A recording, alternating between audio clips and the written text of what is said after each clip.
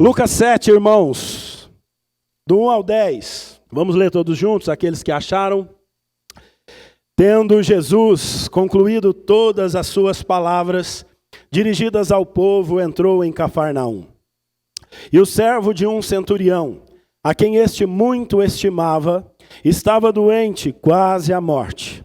Tendo ouvido falar a respeito de Jesus, enviou-lhe alguns anciãos dos judeus, pedindo-lhe que viesse curar o seu servo. Estes, chegando-se a Jesus, com instância lhe suplicaram: ele é digno de que lhe faças isto, porque é amigo do nosso povo, e ele mesmo nos edificou a sinagoga. Então Jesus foi com eles, e já perto da casa, o centurião enviou-lhe amigos para lhe dizer: Senhor, não te incomodes, porque não sou digno de que entres em minha casa. Por isso eu mesmo não me julguei digno de ir ter contigo. Porém manda com uma palavra, e o meu rapaz será curado. Porque também eu sou homem sujeito à autoridade, e tenho soldados às minhas ordens. E digo a este, vai, e ele vai. E a outro, vem, e ele vem. E ao meu servo, faze isto, e ele o faz. Ouvidas estas palavras, admirou-se Jesus dele e, voltando-se para o povo que o acompanhava, disse: afirmo-vos que nem mesmo em Israel achei fé como esta. E voltando para casa, os que foram enviados encontraram curado o servo. Vamos orar mais uma vez. Senhor, fala conosco por meio da tua palavra, Senhor. Ó Deus, tem misericórdia de mim, que vou ser expositor da tua palavra, e tem misericórdia daqueles que me ouvem, para que a tua palavra seja palavra do Senhor na minha boca, e a tua palavra seja a palavra do Senhor nos corações que me ouvirem nesta manhã. Abençoa também, ó Deus, todos aqueles que pregam a tua palavra neste dia, espalhados por todo o mundo, ó Pai. É o que nós te pedimos em nome de Jesus. Amém. Irmãos, pautado nestes versículos, o tema da minha mensagem nesta manhã é: tenha fé na palavra de Jesus. Tenham fé na palavra de Jesus.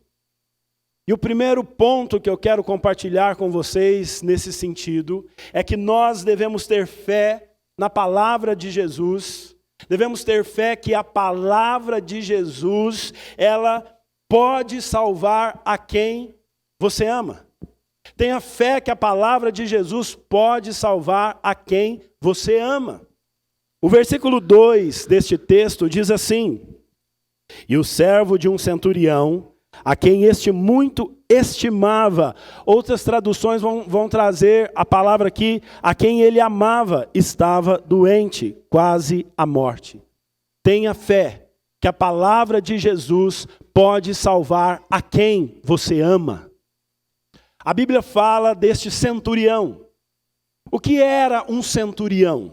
O centurião era um comandante do exército romano, que cuidava no mínimo de 100 soldados. Às vezes ele podia cuidar de mais um pouco, mas o centurião, ele tinha debaixo das suas ordens, ele era um oficial do exército romano, um homem importante na política do Império Romano, e aqui no contexto de Israel, da Galileia, e aqui na cidade de Cafarnaum.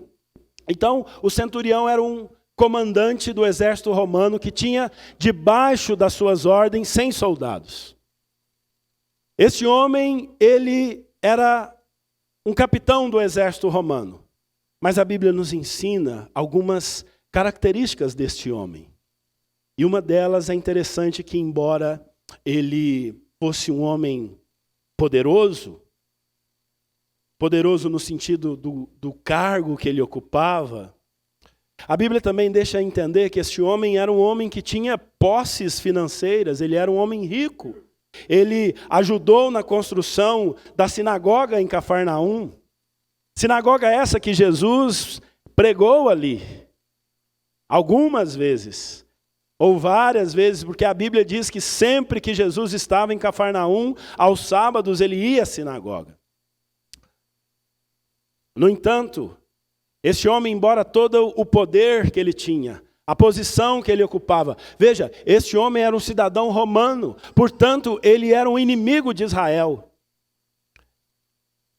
Na prática, e vocês sabem que essas questões de inimizade entre Israel não é brincadeira. Nós estamos vendo o que está acontecendo ainda nos nossos dias entre israelenses e palestinos. O negócio ali, desde que Abraão fez o que não tinha que fazer, o negócio é feio e vai ser assim até que Jesus volte.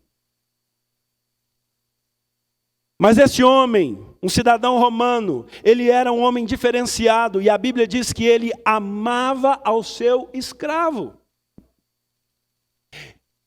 Aquele homem podia muito bem, ao ver o seu escravo a ponto de morrer, aquele homem podia muito bem dizer, olha, se morrer, eu compro outro escravo, porque era assim que as pessoas tratavam os escravos. Infelizmente, o coração pecaminoso dos homens fizeram com que as pessoas acreditassem que o seu semelhante, alguém criado à imagem e semelhança de Deus, seja inferior a ele. Mas aquele centurião, ele não enxergava o seu escravo como uma ferramenta viva. Ele enxergava o seu escravo com amor. E aquele centurião, ele cria que a palavra de Jesus poderia salvar alguém que ele amava.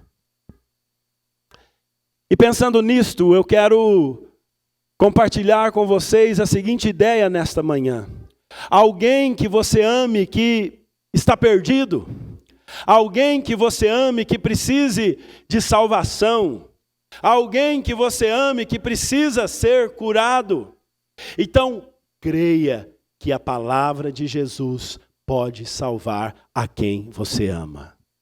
Aquele centurião, ele cria que a palavra de Jesus poderia salvar o seu escravo, e por isso então ele pede, na verdade, que primeiro os anciãos judeus e depois os seus amigos mais próximos vão até Jesus e intercedam por ele. Então, se alguém que você ama que está perdido, se alguém que você ama que precisa de uma cura, creia que a palavra do Senhor Jesus pode curar aquele que está perdido. O centurião, então, ele amava alguém que estava, o seu escravo que estava muito doente, quase à morte, mas ele cria que a palavra de Jesus podia salvar, e a palavra de Jesus pode salvar a quem nós amamos. A quem você ama e precisa de salvação nesta manhã? Quem você ama e precisa de cura nesta manhã? Creia que Jesus pode e Ele faz isso. Tenha fé na palavra do Senhor Jesus, creia que a palavra dele pode salvar a quem você ama, mas creia que a palavra de Jesus é a solução para o insolúvel. Versículo 3, a palavra de Deus diz assim: tendo ouvido falar a respeito de Jesus, enviou-lhes alguns anciãos dos judeus, pedindo-lhe que viesse curar o seu servo. Creia que a palavra de Jesus é a solução para o insolúvel. A Bíblia diz aqui no versículo 3 que o centurião ouviu falar a respeito de Jesus.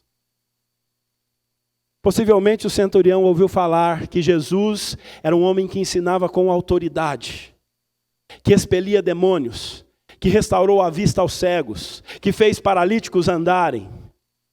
Ele ouviu falar que Jesus perdoava pecados. Ele ouviu falar que Jesus era poderoso e tinha poder para ressuscitar os mortos. E ele estava diante de uma condição que não tinha solução. O seu escravo estava doente. E não havia na medicina, não havia nos seus recursos financeiros, não havia na sua argumentação nada que ele pudesse fazer. Não havia mais nada do que aquele homem pudesse fazer. Então, tendo ouvido falar a respeito de Jesus, ele pede para que o Senhor Jesus vá até a casa dele e cure o seu servo.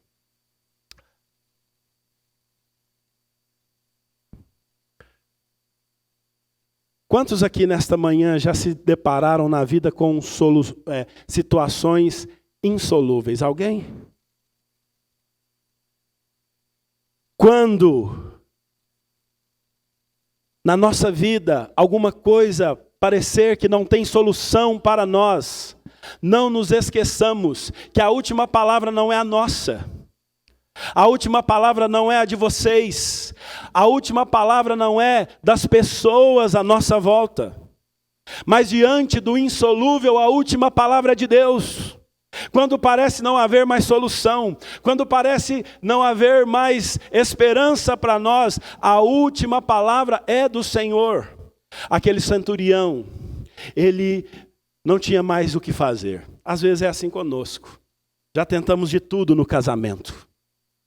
Já tentamos de tudo com os nossos filhos. Já tentamos de tudo no nosso ministério. Às vezes nós olhamos e pensamos, olha, não dá mais para mim neste ministério, não dá mais para mim no meu casamento, não dá mais para minha saúde. Está aqui a Lucinete voltando para a igreja depois de quanto tempo? 56 dias lá em Minas. O pai dela foi picado por milhares de abelhas com 84 anos. Sabe o que os médicos disseram? Preparem-se. Preparem-se porque vocês vão enterrar o seu pai. Preparem-se porque o negócio está feio no sistema de saúde. Não há vagas, não há leitos. O pai dela ficou 24 dias 23 dias na UTI. Mas a última palavra, meus irmãos, não são dos médicos. A última palavra não é minha dentro do meu casamento. A última palavra não é minha dentro do meu ministério. A última palavra não é minha diante dos nossos filhos. Eu me lembro agora de um tio meu, tio emprestado, porque ele é tio da Janaína. Mas tio dela é tio meu, não é não? E a Janaína me conta a história dessa família dela, esse tio crente, um filho drogado, viciado. E esse tio, às vezes até entendendo de maneira errada a doutrina bíblica da predestinação, certa vez ele disse ali na família, ele disse, olha, o meu filho, eu acho que ele não é predestinado. Porque já são vários anos sofrendo com ele. Já são vários anos, ele uma hora vai morrer, eu já estou preparado para esperar a notícia de que o meu filho morreu. Mas quando não há solução mais para nós, aquele pai já havia tentado de tudo. Aquele pai já havia lutado de tudo, já havia visto o seu filho chegar quebrado em casa. Esse irmão, esse primo meu, ele chegou ali com os dois braços quebrados. O presbítero Carlos não está aqui hoje, está com o braço quebrado. Imagina os dois de uma vez só. Ah, está ali de fora. Levantou o outro braço ainda. Se fosse os dois, não dava para ver. Hoje, o filho deste tio foi convertido pelo Senhor. Quer dizer, há muitos anos já atrás, ele foi convertido pelo Senhor. Porque Jesus, a palavra de Jesus traz solução para o insolúvel. Creia que a palavra do Senhor Jesus traz solução para o insolúvel. Veja, não é a palavra do pastor. Você pode até me procurar como um líder espiritual aqui na igreja, mas a minha palavra não pode trazer soluções para a sua vida, mas a palavra de Jesus pode. Às vezes você pode me procurar buscando um aconselhamento e você sair pior do que você chegou. Mas quando você se assentar aos pés do Senhor Jesus diante de algo que parece não ter solução, nas palavras de Jesus nós encontramos solução. Então creia que a palavra de Jesus é a solução para o insolúvel. O que parece impossível na sua vida, o que parece que não tem solução na sua vida, para Jesus tem. Então creia, tenha fé na palavra de Jesus, tenha fé que a palavra de Jesus pode salvar a quem você ama. Tenha fé que a palavra de Jesus é a solução para o insolúvel. Tenha fé na palavra de Jesus, ainda que você seja indigno. É interessante que os anciãos aqui de Israel, eles disseram que aquele centurião era um homem digno. Veja aí no versículo 4 e 5, 4 e 5, né? Versículos 4 e 5, a Bíblia diz assim: estes, chegando-se a Jesus com instância, lhe suplicaram, dizendo: ele é digno de que lhe faças isto, porque é amigo do povo, e ele mesmo nos edificou a sinagoga. Veja, meus irmãos, os homens enxergavam aquele centurião como um homem digno. E é interessante que a nossa percepção humana, o que nós vemos com os nossos olhos, aquele homem de fato é digno aos nossos olhos. Ele amava o seu escravo, algo que os senhores de escravo dificilmente faziam. A Bíblia diz que ele era, embora fosse um romano, um gentio, ele amava o povo judeu. Ele era amigo do povo judeu. A Bíblia diz que aquele homem era generoso, construiu a sinagoga. Já pensou chegar um homem que não é da nossa igreja e falar assim: nós vamos construir esse prédio para você? É uma bênção, não é não? E aí os judeus chegam para Jesus e dizem assim: Senhor, ele merece o teu favor, ele merece que o Senhor vá à casa dele curar o seu escravo, porque ele é um homem digno. E muitas vezes esse é o nosso erro. Nós achamos que para crer no Senhor Jesus, nós temos que ser dignos. Muitas vezes nós achamos que para receber a graça de Jesus, o favor de Jesus, nós temos que ser dignos. Quantas pessoas dizem o seguinte: olha, eu vou para a igreja quando eu for digno, quando eu parar de pecar. Eu vou orar, eu vou ler a Bíblia, eu vou buscar a Deus quando eu for digno.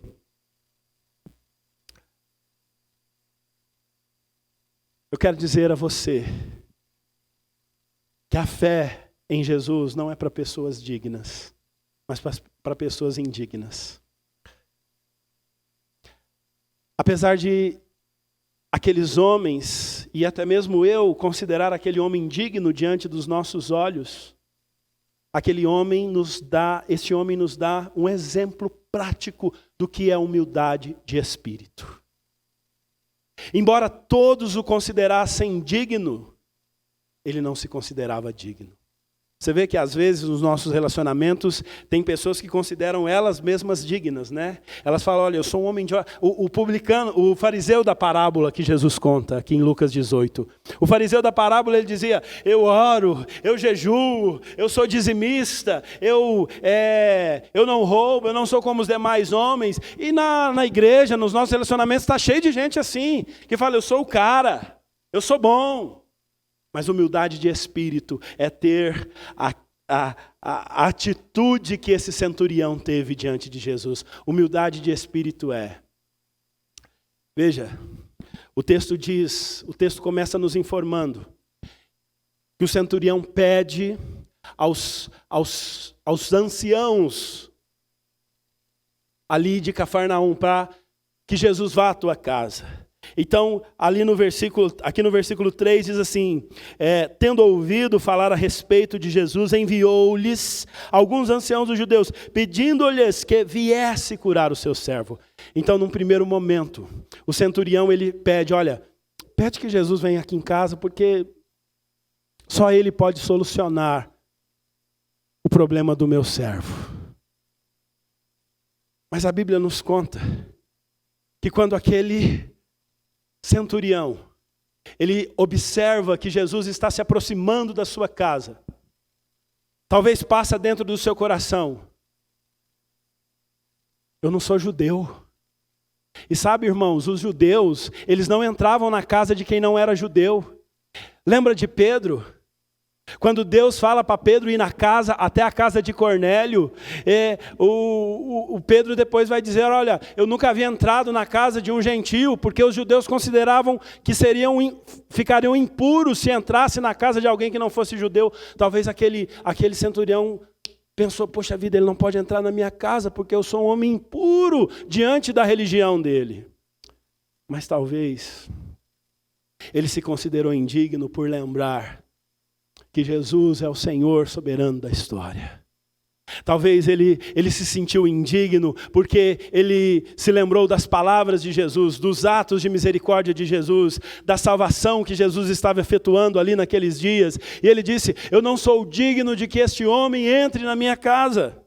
E nos versículos 6 e 7, a palavra do Senhor diz assim acerca deste homem: então Jesus foi com eles, e já perto da casa o centurião enviou-lhe amigos para lhe dizer: Senhor, não te incomodes, porque não sou digno de que entres em minha casa. Por isso eu mesmo não me julguei digno de ir ter contigo. Veja, há um requisito a mais. Ele não se sentia digno de que Jesus entrasse na sua casa, mas ele não se sentia digno também de ir até Jesus. Você já se sentiu assim, indigno de entrar na presença do Senhor Jesus? Constantemente nós nos sentimos assim. Que pena, lamento por você, Johnny, porque apenas aqueles que se sentem indignos podem conhecer a graça de Deus, podem conhecer o poder de Deus transformador, porque a Bíblia está nos ensinando aqui o que é ser humilde de espírito. Mas eu quero te dizer, e esse texto nos lembra, que ainda que a gente tenha essa consciência, olha, hoje eu não vou entrar na presença de Deus, porque eu sou indigno. Ou eu não vou entrar na presença de Deus. Sabe, irmãos, a gente tem um conceito errado nas nossas vidas. A gente costuma dizer assim: eu não sou santo. Se você é crente, você é santo. Porque a Bíblia diz que todo crente é santo. Quando Paulo escreve as suas cartas, ele diz: aos santos em Corinto, aos santos em Éfeso, aos santos em Filipos. Santo significa separado e não digno. Santo significa separado para o Senhor e não perfeito. Eu sei que quando você fala que eu não sou santo, você está pensando na santidade não que a Bíblia ensina, mas na santidade que a Igreja Católica nos ensinou por muito tempo. Que o santo é alguém perfeito, que opera milagres, canonizado pelo Papa e pela Igreja. Mas esse não é o ensino bíblico da santidade. Então, para de dizer que você não é santo, você é santo. Mas mesmo sendo santo, separado por Deus, eu e você continuamos sendo indignos do Senhor. E sendo indignos, a gente fala: olha, hoje não dá nem para orar. Hoje eu não vou fazer meu devocional. Depois do que eu aprontei. Só que eu quero dizer para você que não é o indigno que vai atrás do digno, mas é o digno que vem atrás do indigno. Não somos nós que vamos em direção a Jesus, mas é Ele que diariamente vem em direção a nós. Então não tem um conceito errado acerca do relacionamento com Deus. Deus não se relaciona com homens dignos. Deus não veio salvar dignos. Deus não veio curar pessoas justas e sãs. Ele veio para os doentes. Ele veio para os indignos. A fé é para os indignos.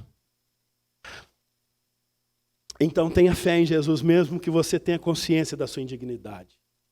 Eu não mereço nada de Deus. É verdade. Ninguém merece nada de Deus, mas a fé é para pessoas indignas, como esse centurião, como eu e como você. Então tenha fé, mesmo que você tenha convicção de que eu sou indigno, que é indigno. Eu estou vivendo em pecado, eu não vou mais orar, eu não vou mais buscar a Deus. Meu irmão, não tem esse que não vive em pecado, não. É aos pés de Jesus que você vai ser transformado. É estando na presença do Senhor Jesus, é lendo a Bíblia, é pedindo: Senhor, me transforma. Senhor, é reconhecendo a sua dignidade. Sabe por quê? Esse pensamento de que eu não vou ler, eu não vou à igreja, eu não vou me envolver com o ministério porque eu não sou digno, é um pensamento farisaico. É o pensamento dos judeus dos dias de Jesus. Eles queriam convencer Jesus dizendo: olha, ele é digno do Senhor abençoá-lo. Mas a Bíblia nos ensina que apesar de nós sermos indignos, o Senhor continua nos abençoando. Então, eu quero dizer para você que está aqui desanimado, você está vivendo debaixo de um pecado escravizador, Você está se sentindo culpado. Deus vai nos libertar desses pecados. Você está se sentindo indigno de buscar ao Senhor, e de fato nós somos, mas eu quero dizer para você que a fé em Jesus é para pessoas indignas como eu, como centurião e como você, que se sente assim. Tenha fé na palavra de Jesus.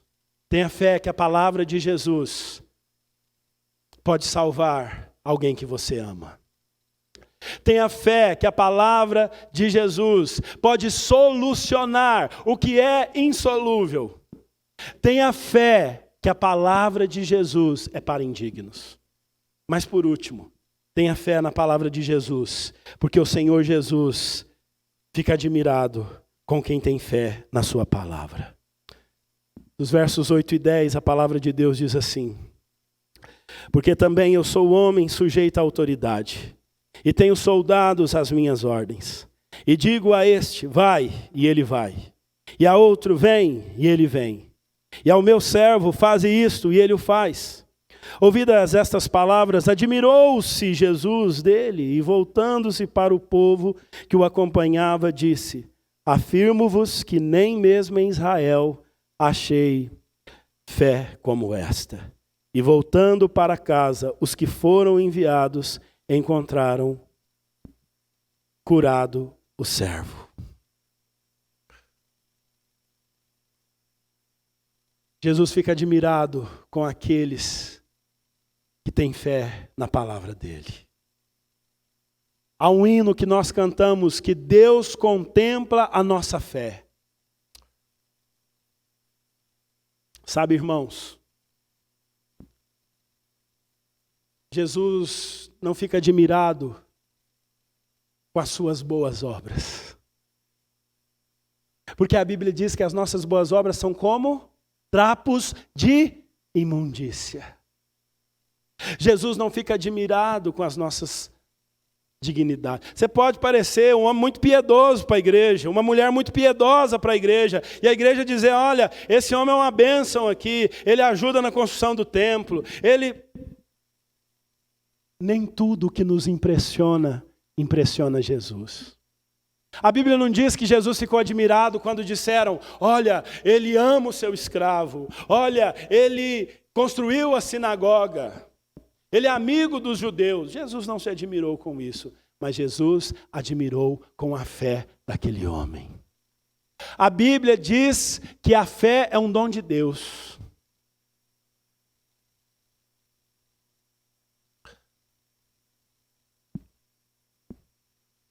Então, queridos, fé é um negócio que só Deus mesmo para dar para nós. Porque, esse livro aqui, se o caba não quiser acreditar, ele não acredita. Esses dias chegaram para mim aqui na igreja: pastor, porque eu não sei, os dinossauros, a evolução, os manuscritos de não sei aonde, as cartas do Egito. Eu falei: meu irmão, não posso te ajudar porque eu não gasto meu tempo com isso. O que eu posso te dizer é que eu creio nessa palavra, eu creio no Deus dessa palavra. Eu nunca ouvi. Então, tem muita gente aí, teólogos, pastores, crentes, vivendo uma fé que não é fé.